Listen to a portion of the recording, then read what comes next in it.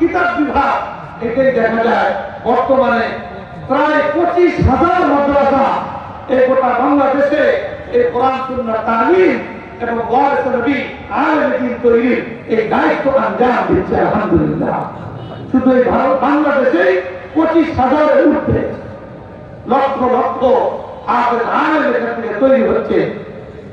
তো দারুল দেওবন্দ তার সূচনা লগ্ন থেকে নিয়ে অদ্যাবধি পর্যন্ত একদিকে কোরআন হেফাজতকারী জামাত, হাফেজের জামাত, কারির জামাত, মুফাসসিরের জামাত, মুহাদ্দিসের জামাত, মুফতির জামাত এটা তৈরি করছে। আলেম দ্বীন তৈরির মাধ্যমে দেরাসাত নবুয়তের জিম্মাদারি গোটা ভারতবর্ষের মধ্যে এই 150 বছর ধরে চলমান এবং অব্যাহত রেখেছে। সেই সাথে দারুল দেওবন্দ ইসলামের নামে যে কোনো ফিতনা, ধর্মের নামে যে কোনো ফিতনা, ইসলামের মধ্যে যে কোনো ধরনের ত্রুটি বিচ্যুতি এটার মধ্যে ঢুকানোর যে অপচেষ্টা, মুসলমানদের মধ্যে বিভক্তি তৈরির যে কোনো অপচেষ্টা, এটাকে রোধ করার ক্ষেত্রেও দারুল দেওবন্দ বিগত 10 বছর ধরে একেবারে বলিষ্ঠ ভূমিকা রেখে চলেছে। দেখা গেছে ইংরেজরা এই দেশে আইসাই কাদিয়ানী জামাত তৈরি করছে, অধিকতে বেদাতি জামাত তৈরি করছে, নানা রকমের বিষয় তৈরি করছে, আরেকদিকে গায়রে মুকাল্লাদের জামাত তৈরি করছে। এগুলা সবই দেখা যাবে এক সূত্রে গাঁথা বিভিন্ন।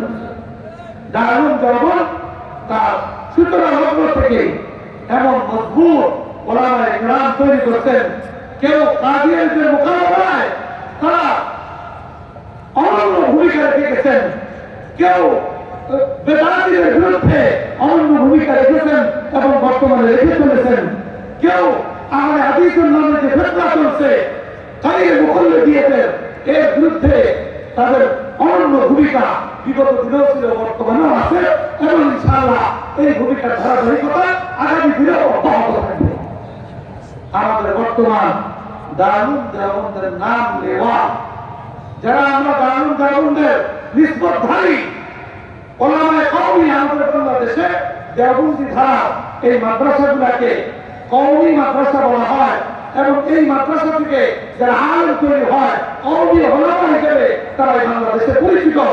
আমাদের এই দারুল দেওবন্দের নিসবতধারী ওলামায়ে কওমি, ওলামায়ে দেওবন্দি, তাদেরকে দেওবন্দের এই চিন্তা চেতনা এবং আদর্শ এবং এই বলিষ্ঠ ভূমিকা পালন করা এই ধারাবাহিকতা আমাদেরকে অত্যন্ত হিম্মতের সাথে, অত্যন্ত মজবুতির সাথে আমাদেরকে অব্যাহতভাবে এই ধারাবাহিকতা বজায় রাখার দায়িত্ব আমাদেরকে পালন করতে হবে। আলহামদুলিল্লাহ, এটা আমাদের সমস্ত মানুষ বাংলাদেশে বিভিন্ন অঞ্চলে আমাদের বিভিন্ন ঐক্যবদ্ধ প্ল্যাটফর্ম আছে, আহলে সুন্নাত ওয়াল জামাত প্ল্যাটফর্ম, কোথাও ওলামা পরিষদ, বিভিন্ন রকম প্ল্যাটফর্ম আছে।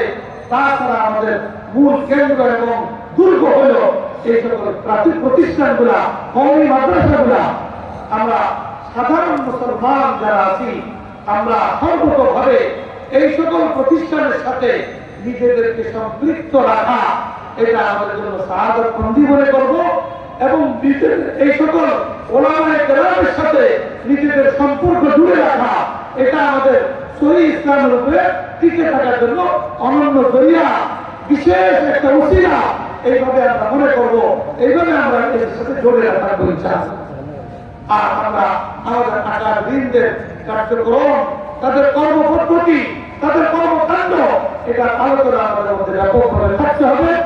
ইনশাআল্লাহ আমরা তাদের মতো হিম্মতে বলিয়ান হয়ে যে কোনো ফিতনা আসুক, যে কোনো প্রতিকূল পরিবেশ আসুক, তার মোকাবেলায় ইসলামের সঠিক বক্তব্য, ইসলামের পক্ষে সঠিক ভূমিকা ইনশাআল্লাহ আমাদের জন্য পালন করা সহজ হবে। আল্লাহ রাব্বুল আলামিন আমাদের সকলকে তৌফিক দান করুন। আল্লাহ রাব্বুল আলামিন আমাদেরকে আপনার দ্বীনের জন্য আল্লাহ তাআলা কবুল করুন। দারুল দেওবন্দের ফিউজ বারাকাত আল্লাহ তাআলা শত সহস্র বছর ভারতবর্ষ গোটা দুনিয়াবাসীর মধ্যে আল্লাহ তাআলা অব্যাহত রাখুন। আর বর্তমান আমাদের দারুল দেওবন্দের মহান ব্যক্তিত্ব শাইখুল হাদিস হযরত মাওলানা আল্লামা আবুল কাসিম নওয়ানি রাহমাতুল্লাহি বারাকাতুহুম, তিনারা আমাদের জন্য অনেক বড় দৌলত।